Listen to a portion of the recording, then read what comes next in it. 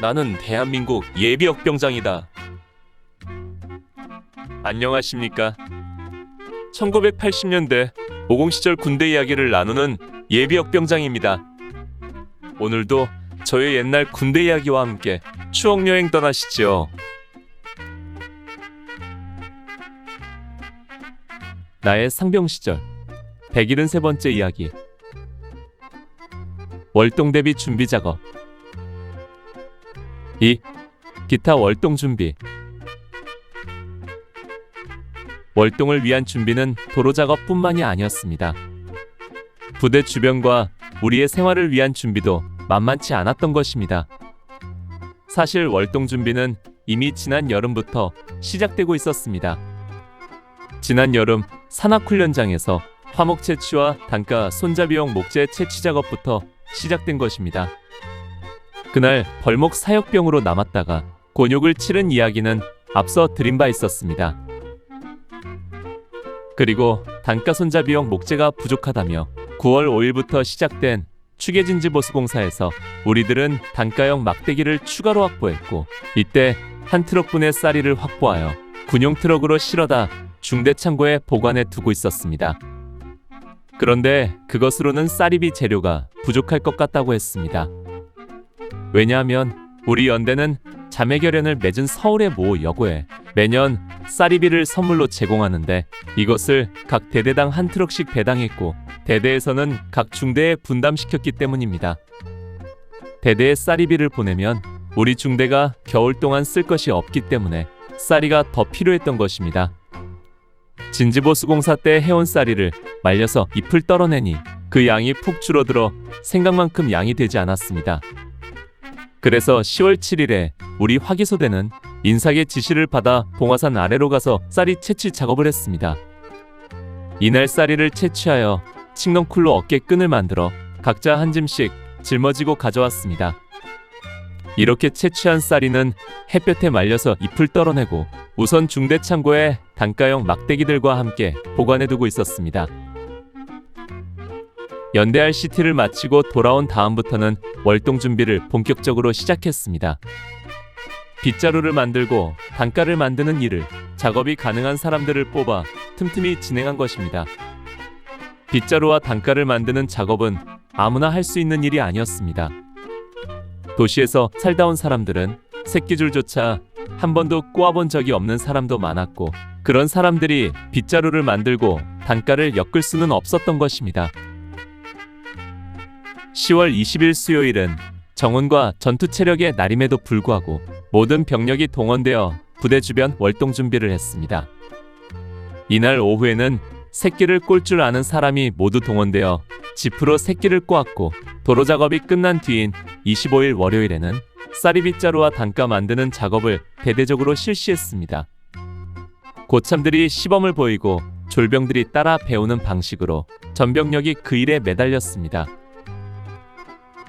쌀이비를 만들 때에는 쌀이를 두 묶음으로 서로 어긋나게 묶은 다음 그것을 비틀어서 머리가 한 군데로 오도록 하는 것이 포인트입니다. 이렇게 해야만 튼튼한 빗자루가 되는 것입니다. 단가도 칠기나 새끼줄로 시줄을 만들고, 역시 지피나 칠구로 날줄을 만들어 가만이나 멍석을 엮듯이 엮어 만들어 나가는 방식입니다. 그러나 이 같은 작업은 시간이 많이 걸리므로 쉽게 마대포대나 가마니 등을 잘라대서 만드는 경우가 더 많았습니다. 이렇듯 빗자루와 단가 만드는 일은 이후에도 틈틈이 작업을 계속하여 대대에서 할당한 빗자루를 납품하고, 나머지 빗자루와 단가는 중대 창고에 차곡차곡 쌓아두었습니다. 이것들은 앞으로 1년 동안 제설 작업을 비롯한 온갖 작업에 유용한 도구가 될 것입니다. 월동 준비는 빗자루와 단가만 만드는 것으로 끝이 아니었습니다. 아니, 더 많은 일들이 있었습니다.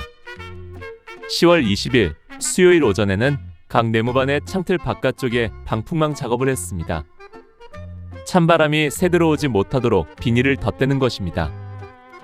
또 일부 병력을 빼내어 초소로 오르는 길에 미끄럼 위험이 있는 곳은 계단을 만들고 막사 주변 지작물들을 정리했습니다. 23일 토요일 오후에는 화장실 인분 작업을 했습니다.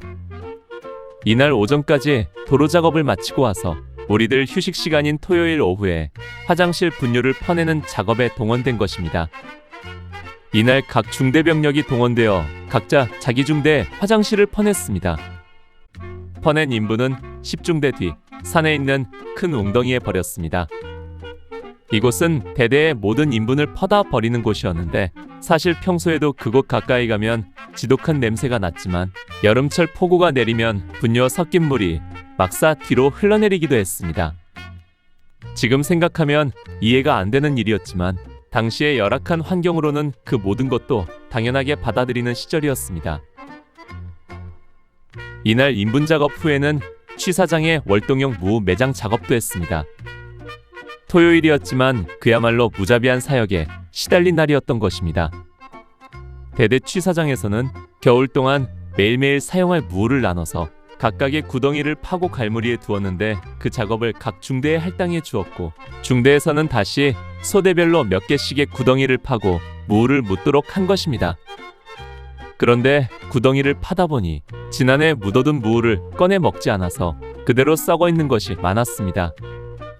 취사병들이 귀찮으니까 매일 파다 먹지 않은 것입니다.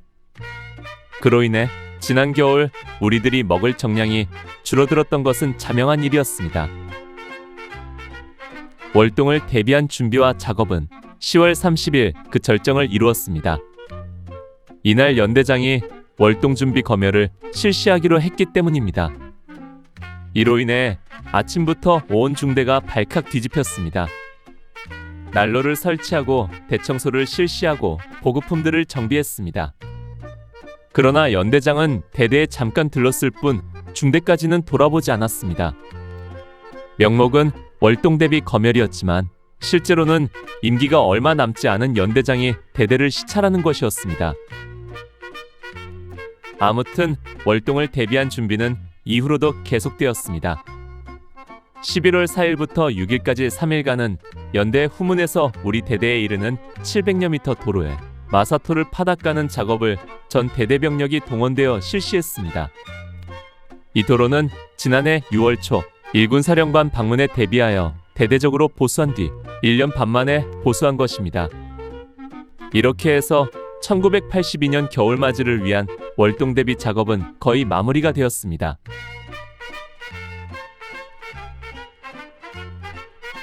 오늘 추억여행에 함께 해주셔서 감사합니다. 다음 이야기를 기대해 주시고 구독과 좋아요 부탁드립니다. 당백